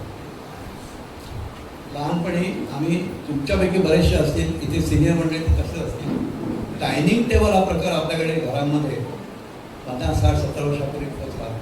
अजून बहुतेक कुटुंबांच्या मध्ये अजून जागा थोडी मोठी असते. डायनिंग टेबल ठेवलं तर 4 माणसं बाहेर जायला ही परिस्थिती असते. खाली बसून आपण जेवतो. तसे आम्ही आई वडील आणि सगळी भावंड खाली बसूनच जेवत होतो. वडिलांचं बारीक लक्ष होतं. आणि तिथे त्यावेळेला माझ्या आईला तरी काय सांगितलं मला आठवतं. माझा धाकटा भाऊ कारल्याची भाजी केल्यानंतर म्हणाला मी कारल्याची भाजी खाणार नाही, कडू आहे. वडील म्हणाले कडू नसतं कारला आणखी काय असतं, तुला ही भाजी खावी लागेल. तेव्हा मी खाणार नाही. तू खाणार नसेल तुला काय पाहिजे, मला मोरंबा पाहिजे. ते म्हणाले कारल्याच्या भाजीशिवाय मोरंबा तुला मिळणार नाही. तेव्हा आई म्हणाले असू दे तो गप्प बस. मुलांचे कौतुक करायचं, लाड चुकून सुद्धा करायचे नाही. कौतुक आणि लाड याच्यामध्ये फरक आहे. दुसरं, मी जेवताना आपण शेवटी भात जेवतो तर आम्ही घरात शेवटी दही भात असं भात दोन्ही वेळा सुरुवातीला शेवटी. तर भात जेवून पानात काही टाकता कामा नये हा त्यांचा आग्रह होतो. तर माझ्या भात खाऊन झाल्यानंतर काही 4-5 शेतं उरली असते. मला उठून पडतात बस खाली. इथे काय उरलं आहे मला काही थोडं एवढं इथे मोज. ते 5-7 तांदूळ होते. महिन्याला किती होते 210. वर्षाला किती होते. त्याने म्हणा मोज आता जा हात धुवून तेवढे तांदूळ मोजून किती होते एवढे एवढे. 2-3 वर्षाच्या मुलाचा पोट भरायचा भात होतो याच्यामध्ये. हे अन्न असं वाया घालवायचं किंवा कोणी अधिकार दिला नाही. हे अन्न मीही तयार केलेलं नाही. आपला दुकानदार आहे त्यांनी पण नाही तयार केलं. मी फक्त विकत आणलं. ते मिळालं आहे ते आपल्याला पृथ्वीने दिलं, माणसाच्या श्रमाने मिळालेलं. हे टाकायचं तुला अधिकार नाही, मलाही अधिकार होतो. अशा प्रकारचे संस्कार मुलांच्यावरती एवढं मी महत्त्वाचं समजतो. आई वडिलांनी स्वतः ते जर नियम पाळले, कपड्याच्या बाबतीमध्ये, खाण्यापिण्याच्या बाबतीमध्ये, पिढा हा शब्द सुद्धा मी वापरला आहे. या बाबतीमध्ये त्यांनी वापरलं तर मुलांच्यावरती आपोआप संस्कार ही करण्याची गोष्ट नाही आहे, ती आपोआप होण्याची गोष्ट आहे. आज मी येताना मला आनंद वाटतो अशा की पहिले एकदा सरस्वती वंदना झाली.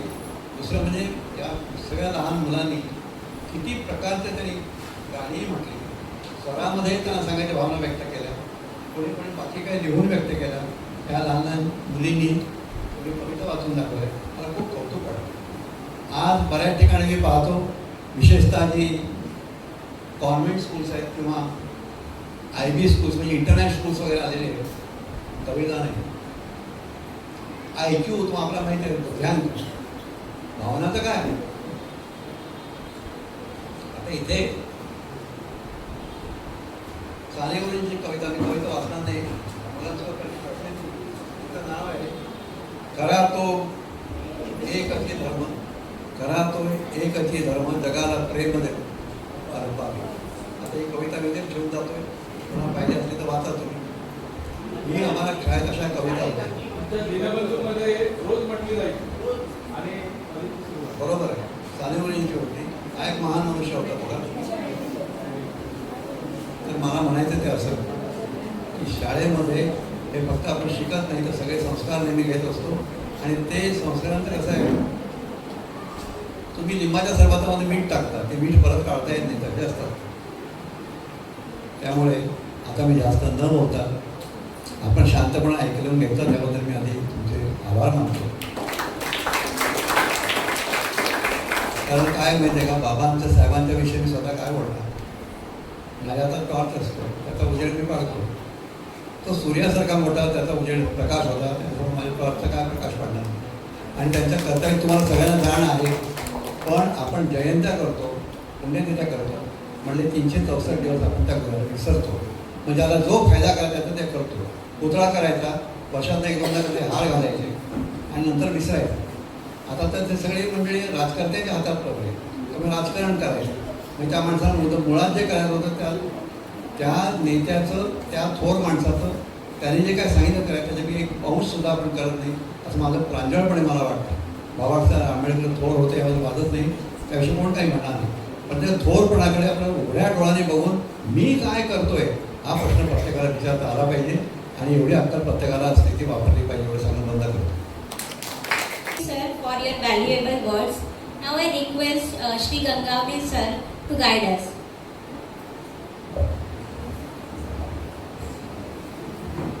खरं तर चिंदरकर सरांना मी सांगितलं होतं मला स्टेज फिअर असल्यामुळे बोलता येत नाही, पण आज ते म्हणाले तुम्हाला बोलावं लागेल. म्हटलं ठीक आहे, थोडं बोलण्याचा प्रयत्न करू. कदाचित ही माझी पहिलीच वेळ आहे बोलण्याची अशा प्रकारे स्टेजवरती. आज इथे विश्वरत्न डॉक्टर बाबासाहेब आंबेडकर की ज्यांना अख्ख्या जगाने ज्ञानाचं प्रतीक संबोधलेलं आहे, आपल्या भारताचे ज्ञानपीठ विजेते अमर्त्य सेन ते जे डॉक्टर बाबासाहेबांना अर्थशास्त्राचे गुरु मानतात, ते इथे आपल्या स्टेजवरती बसलेले जे आहेत सगळे, चव्हाण सर आहेत, श्रीखंडे सर आहेत, आत्ताच डॉक्टर देशपांडे सर बोलले, गरज सर आहेत आणि आमचे खूपच सिनियर आहेत पण मी मित्र म्हणू शकतो त्यांना, चिंदरकर सर आहेत. आणि त्यांनी आज मला इथे बोलावून माझा बहुमान केला, मी त्याबद्दल त्यांचे आभार मानतो.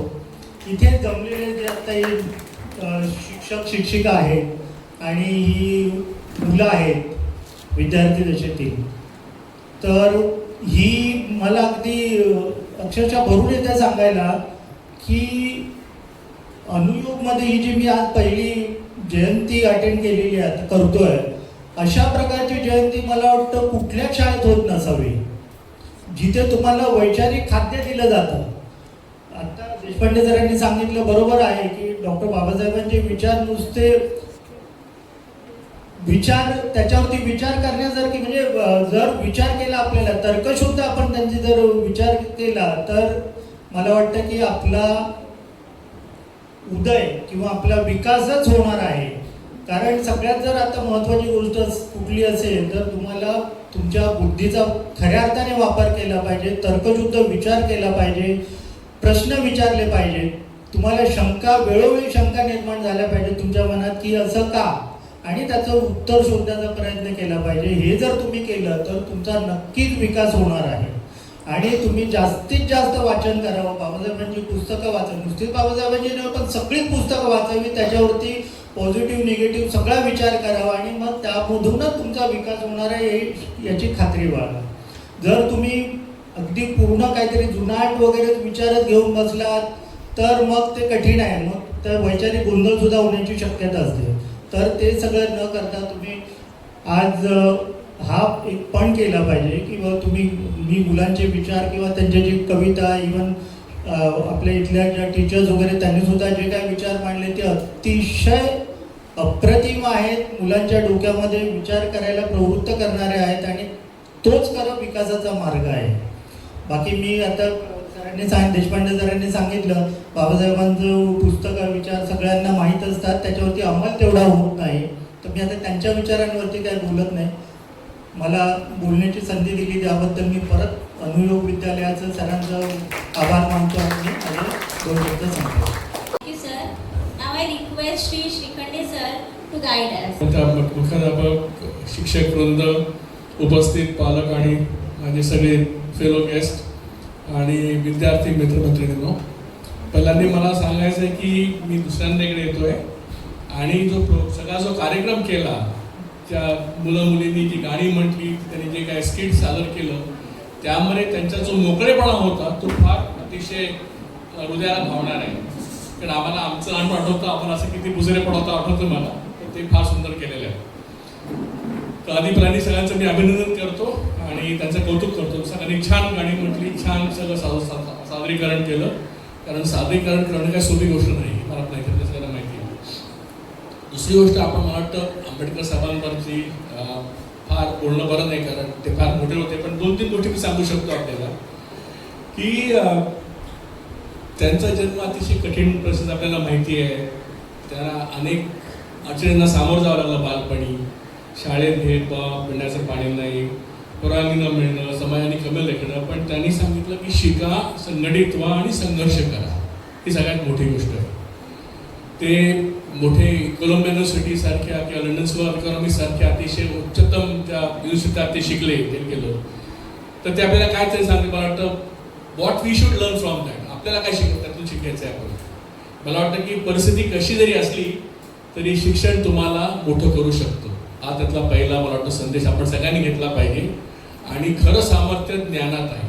ज्ञान हेच खरं सामर्थ्य, आपल्याला कळलं पाहिजे. भारतीय संविधानाचे शिल्पकार आपण त्यांना म्हणतो, ते आहेतच, पण त्यांनी त्यात काय आणलंय तर तुम्ही भारताचे जर का, मला माहिती नाही आपण किती लोकांनी, मला वाटतं प्रत्येक विद्यार्थ्यांनी, प्रत्येक माणसाने भारताचं संविधान वाचलं पाहिजे. माझ्याकडे आहे आणि मी ते वाचलेलं आहे, त्याचं म्हणजे मी ते वाचत असतो आणि प्रत्येकाने वाचलं पाहिजे. कारण त्याचा जो सगळा जो फॉर्मॅट आहे, जो फॉर्म आहे, त्यातले सगळे जे चॅप्टर्स आहेत किंवा त्यातले ते प्रकरण आहे, सगळं त्याची जी मांडणी आहे ती इतकी अप्रतिम आहे की तुम्हाला, ते मोठं पुस्तक आहे, ते मोठंच असलं पाहिजे. ते सगळ्या अर्थाने मोठं पुस्तक आहे, लक्षात ठेवा. पण आपण किती लोक वाचू मला माहिती नाही, पण प्रत्येक नागरिकाने मात्र ते संविधान, आपलं जी घटना वाचलीच पाहिजे.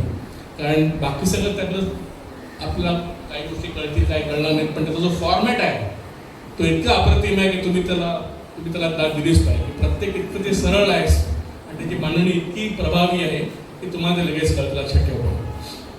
आणि त्याने आपल्याला काय दिलं तर प्रत्येक नागरिकाला मानवी प्रतिष्ठा, धर्म, जात, लिंगाच्या पलीकडे जाऊन प्रतिष्ठा आणि स्वातंत्र्य मिळालं. ही फार मोठी गोष्ट आहे. मला वाटतं की आपल्याला एक भगवान बुद्धाची जी तत्वज्ञान आहे त्यातलं मला माहिती नाही, पण त्यातला खरा सगळ्यात त्यातला विशेष जो आहे त्यातला भगवान बुद्धाने कधी असं म्हटलं नाही की जीवन फार सुखकर आहे. त्यांनी हे मान्य केलंच आहे की या जीवनात अतिशय दुःख आहे, त्या जीवनात खूप आपल्याला त्रास होणार आहे, हे त्यांनी कधी अमान्य केलं नाही. आपण बुद्धाचं मला माहिती नाही, पण बुद्धाचं आपल्याला तत्वज्ञान आपण वाचलं भगवान बुद्धाचं, पण त्यांनी काय सांगितलं की त्याचा तुम्ही ते कसं झेलायचं, की त्याचा सामना पण तो म्हणत नाही करू, असं म्हणत नाही तो सामना करा.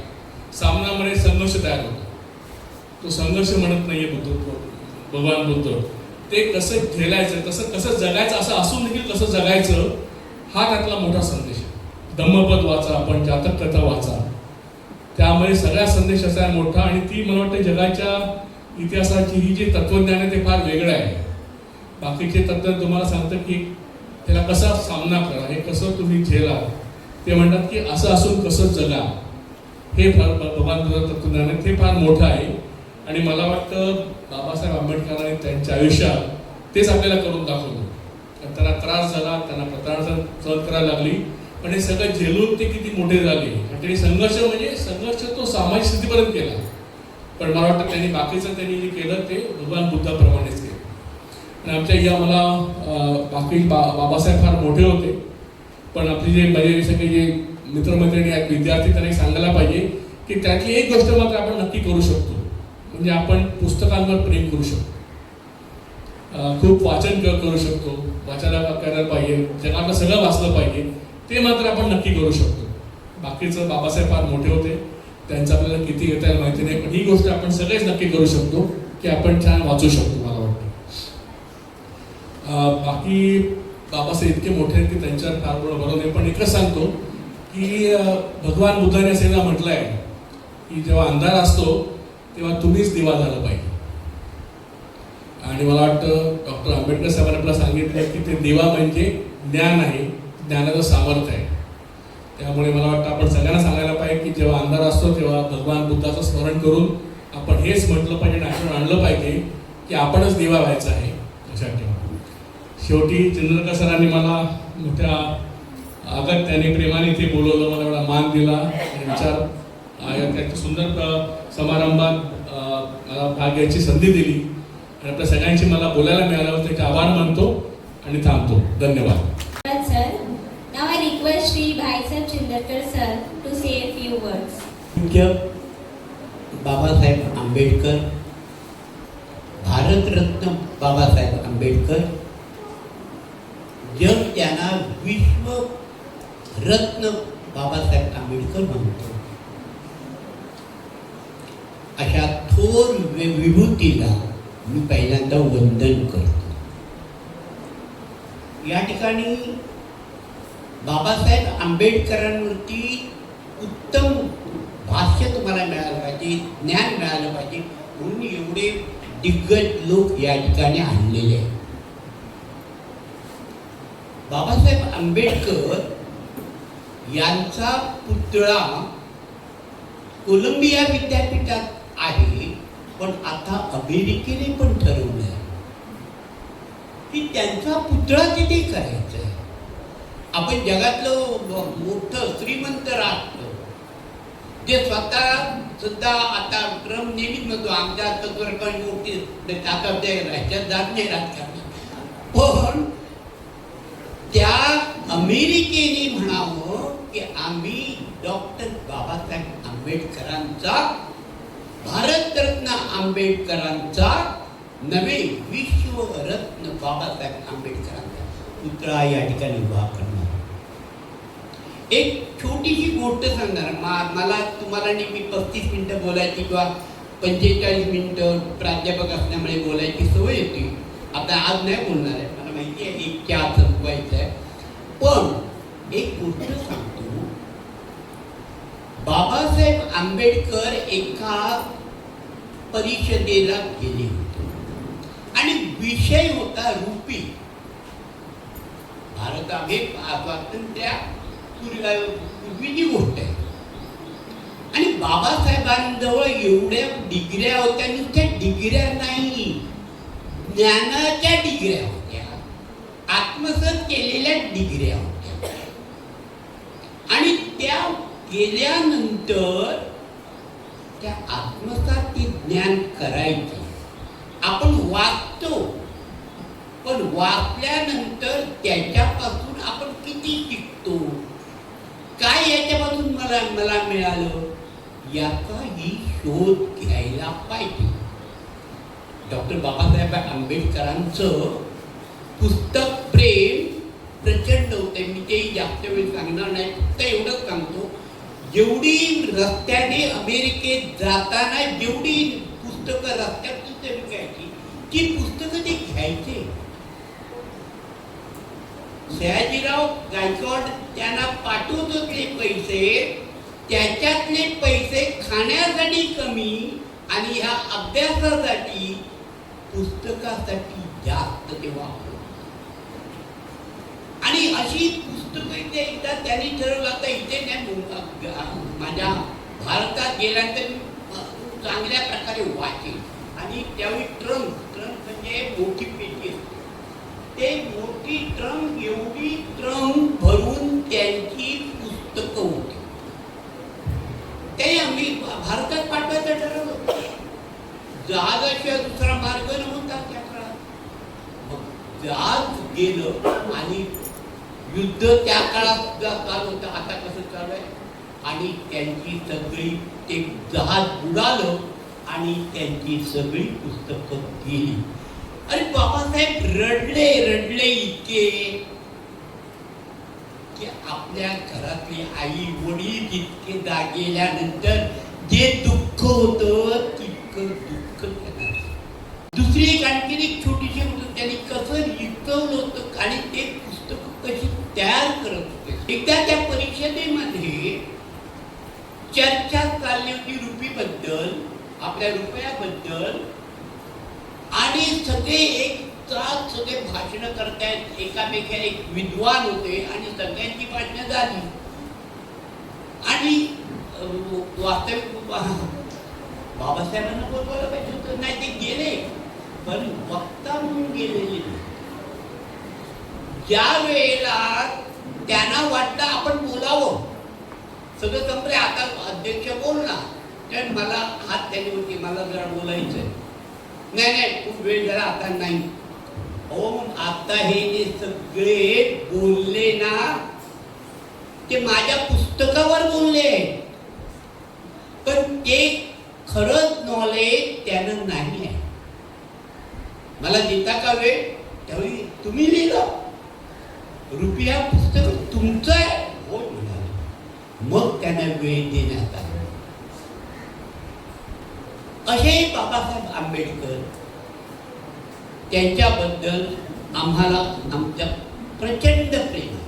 एकदा मी असं जातो ना, मी एकदा बोललो की बाबासाहेब आंबेडकरांचा आमच्या शाळेत कार्यक्रम होणार.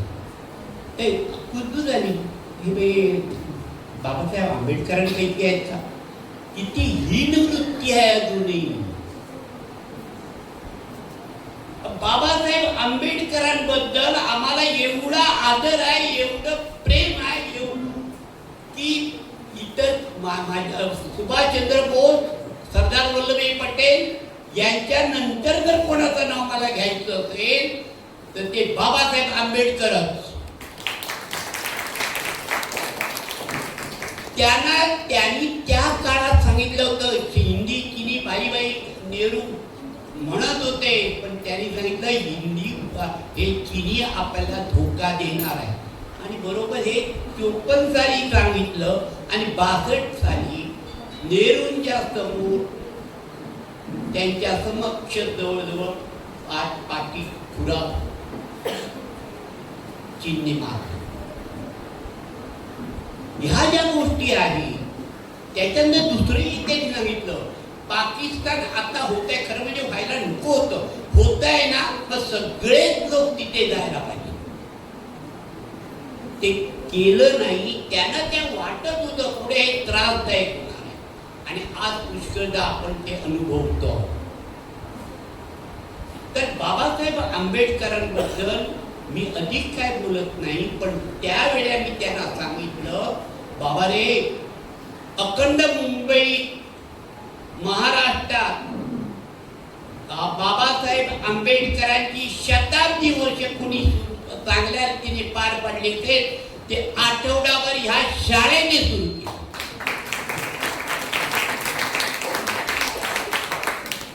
आणि दरवर्षी आम्ही 3 दिवस साजरे करतो.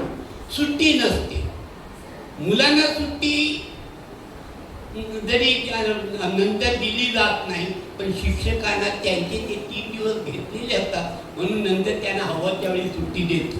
एक पहिली गोष्ट 2 ऑक्टोबर कोणाची जयंती तुम्हाला माहिती आहे. दुसरं 14 एप्रिल कोणाची जयंती माहिती आहे तुम्हाला? आज काय तारीख?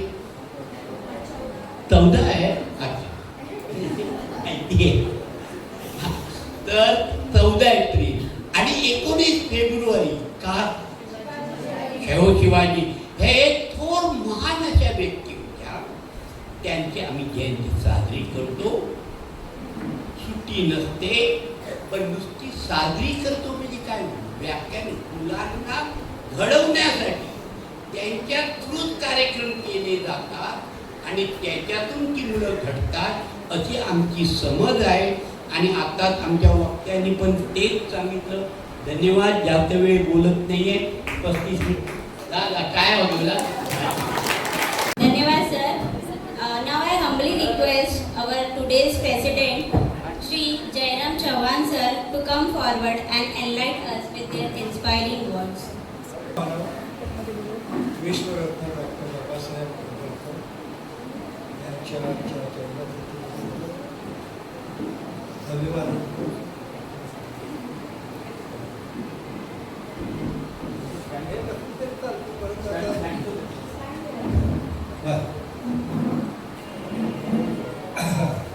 आपल्या कार्यक्रमाचे मी जरी अध्यक्ष असतो तर खरे अध्यक्ष आमचे शिक्षक तज्ञ धर्मवीर या स्थानाचे आणि या विद्यामंदिर अनेक विद्यामंदिरांची आपल्या व्यासपीठावरील 2 डॉक्टर गंगावले साहेब, देशपांडे साहेब आणि व्यवस्थापक, त्यांनी भाषण लवकर आटोपलं. खरं म्हणजे व्यवस्थापन करणारी माणसं पण सगळे पैलू त्यांनी त्यांच्या भाषणात आणले. ते शेखंडे साहेब आणि मी गणपती म्हणत नाही, पण पैशाचं व्यवस्थापन करणारे या संस्थेचे ते खरंच आहे. आणि त्यांना मी बोललो 2 शब्द बोला, तर नाही ते म्हणाले मी असो. त्यांनी मला परवानगी दिली पुढे जायची, मी आलो. आपल्या गंगावले साहेबांनी खरोखरच सांगितलं की आजचा हा कार्यक्रम म्हणजे पीक कसं येतं, म्हणजे त्या जमिनीमध्ये पाणी मुरलं पाहिजे, खत मुरलं पाहिजे, ते किती प्रमाणात जातं त्याप्रमाणे ते पीक वर येतं. हा एक साधा शेतकऱ्याचा समज आहे.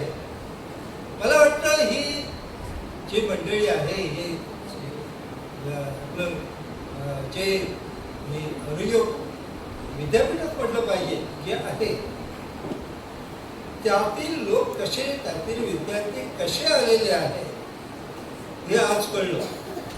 आजचा कार्यक्रम काही ठिकाणी तुम्ही म्हटल्याप्रमाणे किंवा मोठी मोठी भाषणं, खरं म्हणजे डॉक्टर आंबेडकरांचं एवढं मोठं कार्य, आभाळा एवढं कार्य आहे. कुसुमाग्रजांनी म्हटलंय की लक्षावधी कविता असतील, माझी तर सोडा, तरी त्या कवितामध्ये त्यांचं कार्य आवडणारं नाही. अशा ह्या कार्यक्रमाचं मला विशेष हे वाटतं की 135 वर्षापूर्वी जन्म डॉक्टर आंबेडकरांचा ज्या परिस्थितीत झाला होता, तो 135 वर्षानंतर कसा व्हायला पाहिजे होता. आणि तो या विद्यापीठानेच म्हणे की आज त्या गीताने आम्ही ऐकतो.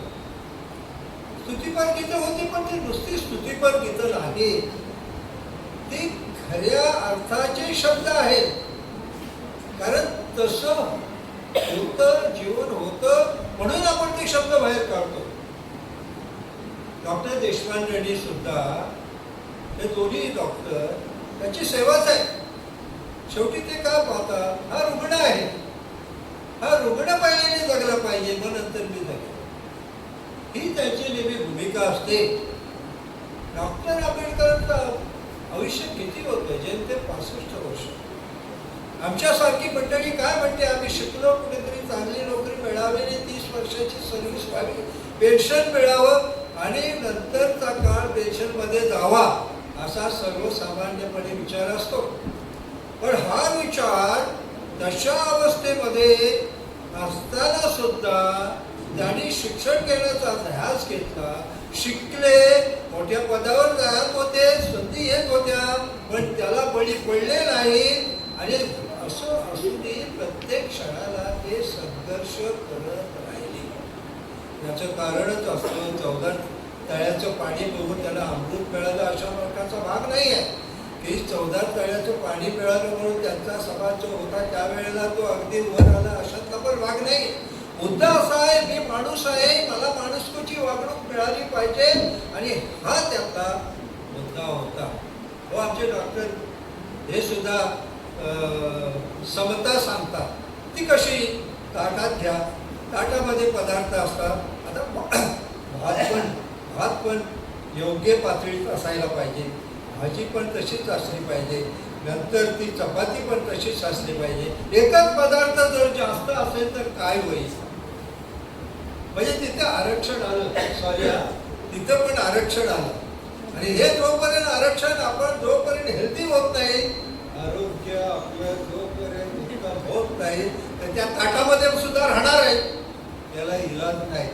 मग ते लोणचं का असेना, किंवा मिठाचा खडा का असेना, आणि शेवटी काय हे जीवन आहे, ते जीवनाची ज्योत जर पुढे चालवायची असेल तर आपल्याला अगदी सूर्य होऊन नाही पण पणतीची पण गरज लागते.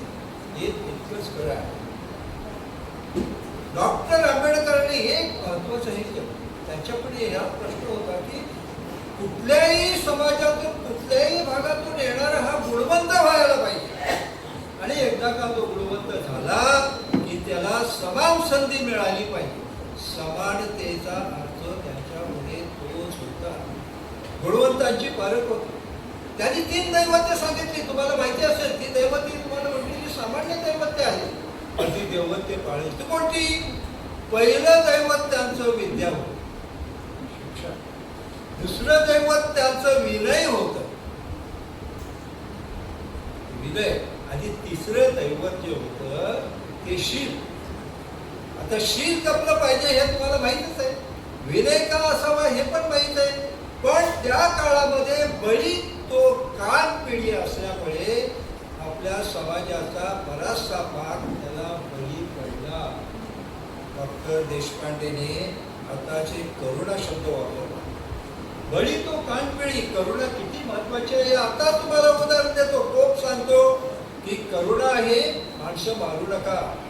टब सांगतात मी बलवान आहे, जर मी ऐकणार नाही. इथपर्यंत त्यांची परवाच्या दिवशी बदल केली. म्हणजे अजूनही बळी तो कानपिळी आहे. करुणाची फार गरज आहे देशपांडे साहेब. आंबेडकर साहेबांनी गुणवंत जाणले ते असे. मी जेव्हा शिक्षण क्षेत्रात आलो, पण शिक्षण क्षेत्राची मंदिरं उभी करेन आणि त्याच्यामध्ये मी अशी मंडळी आणीन ती गुणवंत असते. देशपांडे साहेब, डॉक्टर आंबेडकरांनी झुलॉजीचे प्राणीशास्त्राचे प्राध्यापक म्हणून डॉक्टर देशपांडे. अनंत काणेकर होते, बरोबर, मधु दंडवते होते. अशी अनेक माणसं त्यांनी गुणवंत म्हणून त्यांनी आपल्या संस्थेमध्ये आणली. त्यांच्या संस्था अशा होत्या. त्याने असं पाहिलं नाही, कारण त्यांनी जन्मजातपणे हा माझ्यावर आणण्याने हा माझ्या दूर करीन. आणि तो अशा तऱ्हेने करेन की मी माणूस आहे, त्या माणसाला मी माणसात आणेन. हे त्यांचं ध्येय होतं. सुडाची भावना नव्हती. असा काळ आला की त्यांच्याकडे आपण कसं जगायचं, हा देशाने कसं जगायचं, सामाजिक राजकीय तुम्ही आता नियम काढा आणि तुम्ही त्याच्या पुढे व्हा. आणि त्यांनी ते नियम काढण्याचा प्रयत्न केला. पण त्याच्यामध्ये मला ह्या समाजाने अशा प्रकारे त्रास दिला म्हणून मी त्याच्यावर सूड उगवीन असं आंबेडकरांनी कधीही मांडलं नाही. त्यांनी एवढंच मांडलं तो माणूस आहे, पण त्याची प्रवृत्ती पाहिजे. त्याची प्रवृत्ती सुधारली तो माणूस केली. ब्राह्मण असला तर त्याचं ब्राह्मण्यामुळे त्याचा राग होता, आणि त्याचप्रमाणे ब्राह्मणेतर असेल, तो जर ब्राह्मण्यवाला असेल त्याचाही त्याला राग होता. डॉक्टर आंबेडकरांबद्दल पुष्कळ बोलण्यासारखे आहे. आणि म्हणून मी किती बोलावं याला आमचे चित्रकार सांगते, पण एवढंच आहे की आज मी ते आलो आणि आपण वाचन करतो, केव्हा केव्हा वृत्तपत्रात बघतो, केव्हा चरित्र बघतात, कुठं आपण सगळं शोधत असतो आणि आपण काय बोलायचं तर ठरवत असतो. आता चंद्रकर साहेबांनी एक 2-3 असे मुद्दे सांगितले. त्या मुद्द्याचा एकच अर्थ होता की आताची जी आरबीआय आहे त्याचे खरे father of RBI doctor Ambedkar. जी आता 1934 साली जी रिझर्व्ह बँक ऑफ इंडिया आली, ते खऱ्या अर्थाने त्याचे फादर कोण? हा द्रष्टा माणूस केवढा होता हे सांगतो.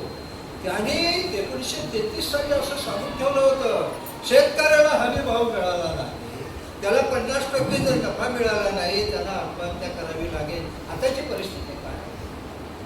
आताची परिस्थिती याला प्रश्न. आणि म्हणून आपण किती डॉक्टर आंबेडकरांना आठवावं, आपण किती त्यांच्याविषयी स्तुती पुढे करावी, पण आपल्याकडे आता एकच आहे की त्यांनी भरपूर सांगितलं, त्यांनी पुढे भरपूर आदर्श दिला. आपण काय करतो याला जीवन भरपूर. मी आता म्हणतो केव्हा केव्हा लोक विचारतात काय तुमचं आयुष्य, वय काय? मी सांगतो अजून 18 वर्ष आहे. आता त्याला कळायचं ते कळतं. आता ह्या 18 वर्ष आहेत याचा सांगण्याचा मुद्दाच असा की मी हे आयुष्य जगलो, हे कसं जगलो याला महत्व आहे. दुसरी गोष्ट, जे काय माझं राहिलं असेल ते करण्याची अजूनही मला आस आहे, इच्छा आहे, हे त्याच्यावर आणि पुढल्या काळामध्ये मी ते करू शकतो हा त्याच्यामध्ये आशावाद. आणि तुम्हाला माहिती आहे, आशा नावाची एक साखळी असते, एक विचित्र साखळी होती. तिने बांधला जातो तो पुढे जातो आणि तिच्यापासून मुक्त होतो तो मात्र लंगड्यासारखा मागे राहतो. आपण साखळीने डॉक्टर आंबेडकरांनी सांगितलेल्या विचारांनी बांधून घेऊया आणि आपण पुढे जाण्याचा प्रयत्न करूया. आपण 2 शब्द मला बोलायचे परवानगी दिली आणि चंदनकरांनी आज मला खास येण्याचं सांगितलं. करून आता विशेषतः मी आलो म्हणून, कारण शेवटी याचा संबंध पुष्कळ त्यांचं सहकार्य आहे. देवीगुरु नाईक ज्युनियर कॉलेज तुमच्याकडे आहे. हे सगळी तुम्ही विद्यार्थी मंडळी मिळता, आज कुठली निश्चित मंडळी भेटली. मी सगळ्यांचा आभार मानतो. पुन्हा डॉक्टर आंबेडकरांना विनम्र Sir, now I would like to call Vasundhara Damre Madam to deliver vote of thanks. Good afternoon. It's my privilege to propose a vote of thanks on this special occasion of Dr. Babasaheb Ambedkar Jayanti. First and foremost, I would like to thank our today's President, Honorable Shri Jairam Chavan Sir, who took time out of their busy schedule to be here with us. Your presence has added a great value and significance to this event.